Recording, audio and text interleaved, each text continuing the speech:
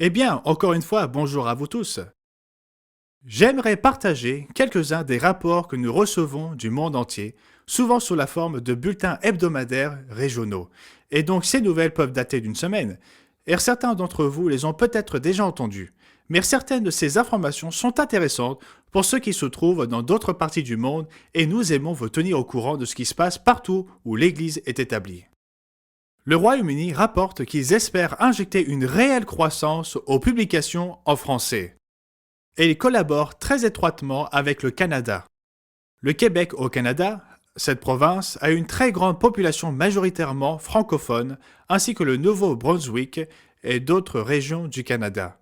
Le Canada gère les impressions de nos publications, ainsi que la publicité et espère en faire profiter davantage le monde francophone. M. Christo Botha rapporte en Afrique du Sud.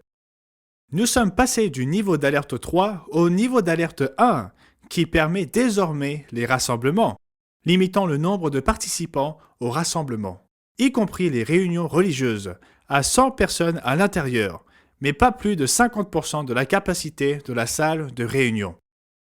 Et bien sûr, le port des masques, la désinfection et la distanciation physique seront toujours applicables. C'est donc une bonne nouvelle pour les membres en Afrique du Sud, où nous pouvons passer de 50 personnes auparavant à 100 personnes. Et c'est une très bonne nouvelle en vue de la Pâque et des jours des pains sans levain, qui approchent, ainsi que pour les sabbats hebdomadaires. Nous en sommes donc très heureux pour eux. Ici aux États-Unis, le gouverneur Abbott du Texas, le plus grand État en dehors de l'Alaska, a abrogé toutes les règles sanitaires. L'État va maintenant être totalement ouvert et cela signifie que les citoyens n'ont plus à porter de masque, entre autres. Cependant, si vous lisez attentivement la directive, il n'est pas dit que les gens ne devraient pas porter de masque. Il appelle à la responsabilité civique et à la liberté des entreprises de prendre ces décisions.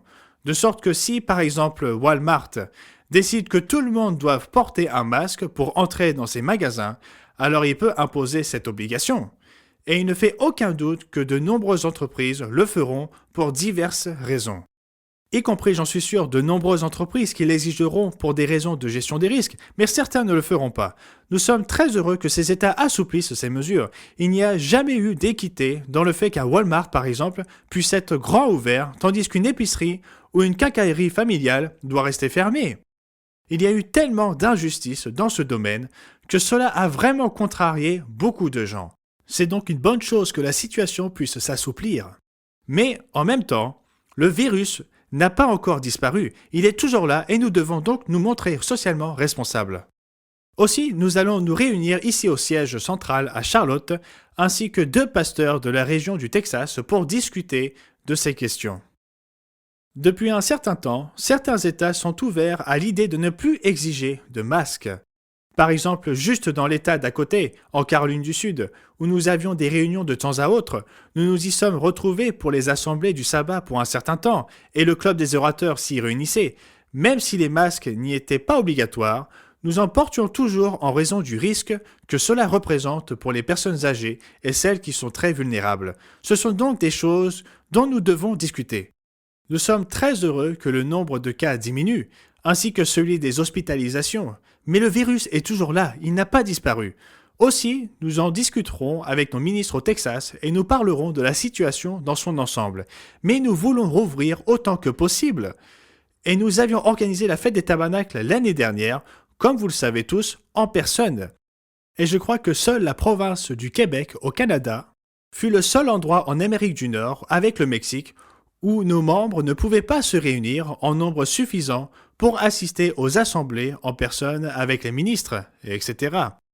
Au Mexique, il me semble que les rassemblements étaient limités à 10 ou 12 personnes et nous avons eu beaucoup d'endroits différents pour la fête. J'en oublie exactement le nombre, où les gens se sont réunis en petits groupes et utilisaient ensuite la plateforme Zoom ou Webex ou un autre moyen pour recevoir les messages par Internet. C'est ce qu'ils ont fait. Nous avons tenu le camp d'été l'année dernière. Nous prévoyons d'en organiser d'autres cette année, dont le camp des enfants au Texas, ainsi que ceux au Missouri et en Virginie occidentale. Et bien sûr, le camp des jeunes au Texas, où nous avons déjà plus de 300 candidats, personnels et campeurs compris. Et nous devrons malheureusement refuser certaines candidatures pour le personnel parce que nous avons tout simplement plus que ce que nous pouvons gérer là-bas. Nous sommes très nombreux à l'heure actuelle et nous savons que le nombre de campeurs va augmenter à mesure que nous nous approchons de l'ouverture du camp. Nous sommes donc très heureux de pouvoir faire cela. Nous avons le club des orateurs ici dans la région de Charlotte. En fait, nous nous rencontrions en Caroline du Sud et je pense que nous allons revenir en Caroline du Nord, car les choses commencent à s'assouplir ici. Nous avons un certain nombre d'activités planifiées. Nous parlons d'un week-end familial à Charlotte autour de Memorial Day. Nous n'en sommes pas sûrs. Nous attendons encore un peu pour prendre cette décision. Mais nous tâchons de rouvrir l'église autant que possible. On parle d'un camp d'entraînement pour les hommes. Nous avons également organisé des conférences du monde de demain en personne dans quelques régions. Mais bien sûr, nous avons porté des masques et pratiqué la distanciation physique tout en faisant preuve de responsabilité. Mais nous voulons que les choses continuent comme si de rien n'était ou qu'elles soient assouplies autant que possible, tout en faisant preuve de prudence et en restant responsables. Nous avons de bonnes nouvelles avec quelques nouvelles stations. À Fargo, dans le Dakota du Nord, et je sais que c'est au milieu de nulle part pour beaucoup d'entre vous, mais c'est une ville prospère, et nous avons 2 stations qui diffuseront l'émission du Monde de demain à partir du 14 mars. Elle sera diffusée sur WDAY TV 6, une chaîne affiliée à ABC. Elle sera diffusée à 7h du matin, puis à 7h30 à partir du dimanche 14 mars. Sur WDAY TV 6.3 Extra, comme on l'appelle. C'est un peu comme une station sœur. Mais nous serons sur WDAY TV 6 et TV 6.3 à 7h du matin et 7h30 à partir du 14 mars. Puis, le dimanche suivant, à partir du 21 mars, nous passerons sur 2 chaînes à Columbus, en Georgie. C'est donc une bonne nouvelle pour les habitants de cette région, à Columbus, en Georgie. WLTZ, ou comme on dirait au Canada, Z, TV 38 NBC à 7h30 et WXTX TV 54, une chaîne affiliée à Fox à 8h30. Donc ce sera à Columbus, en Georgie à 7h30 et 8h30 dès le 21 mars. Et nous l'indiquerons dans le bulletin d'information pour que vous puissiez en prendre note.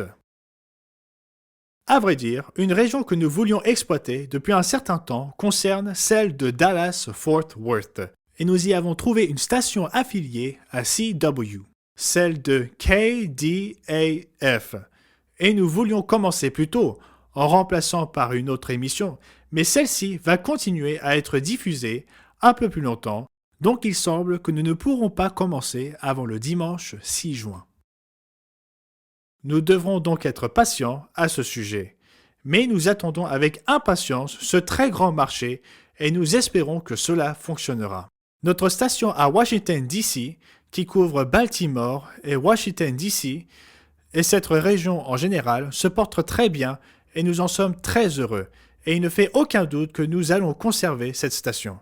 Nous avons quelques secteurs importants qui s'ouvrent et nous sommes certainement impatients de démarrer sur cette station à Dallas au Texas et nous détestons de devoir attendre aussi longtemps, mais nous devons faire preuve de patience. Voilà donc quelques nouvelles, nous en aurons d'autres dans le bulletin d'information. C'était Gérald Weston pour l'Église du Dieu vivant pour la semaine se terminant le 6 mars 2021. J'espère que vous passerez un merveilleux sabbat.